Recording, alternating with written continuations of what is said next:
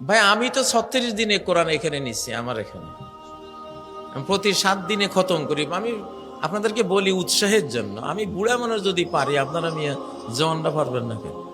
আর কোরআন কোরআন পড়তে গেলে বুড়া জওয়ান হয়ে যায়, বার্ধক্য থাকে না। কোরআন তার সংরক্ষণকারীকে তার মতো তার জন্য কি লাগবে সেরকম বানাই নাই কোরআনে। সে আমাকে নিতে চাচ্ছে তার অন্তরে, তাহলে তার তো এখন বার্ধক্য আছে, এটাকে তারুণ্য দিতে হবে, কোরআন দিয়ে দেবে আপনাকে। আপনার স্মৃতি দুর্বল, কোরআন বুঝবে যে সে তো নিতে পারছে না, তার স্মৃতি দুর্বল, তাহলে স্মৃতি বাড়াইতে হবে। আপনি গবেট, কোরআন আপনাকে স্মার্ট ইন্টেলেকচুয়াল বুদ্ধিজীবী বানাই দিবে, ধী শক্তি সম্পন্ন বানাই দিবে। আপনি কেমন হইতে হবে কোরআন নিতে গেলে, তেমন আপনারা বানাবে এই কোরআনে।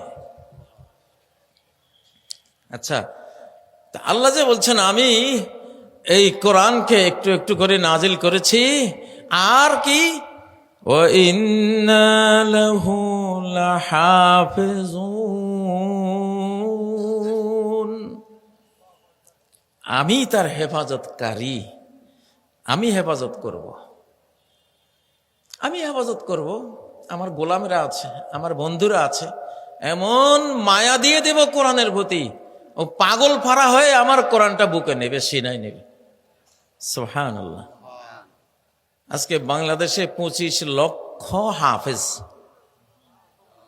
আরো কোটি হাফেজ পাইপ লাইনে আছে।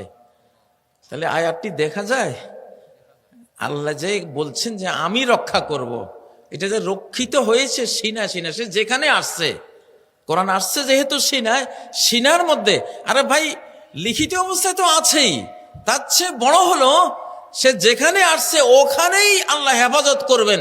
হেফাজতটা করেছেন কিনা দেখা যায় তো। কদিন পরে রমজান আসলে সারা বাংলাদেশে হাফেজের বন্যা বয়ে যাবে, দেখবেন প্রত্যেক মসজিদে হাফেজ, ঠিক না? শুধু যে আমি আমার কোরআনের অক্ষর আয়াতগুলি হেফাজত করব এটা তো না, কোরআনের সমাজটাও তৈরি করে আমি দেখাবো যে দেখ আমার কোরআন কিভাবে থিওরিক্যাল ভাবে সিনায় আছে, বাস্তব রূপে সমাজে, রাষ্ট্রে, বাংলাদেশে, পৃথিবীতে আছে, দেখামো তোমা করে।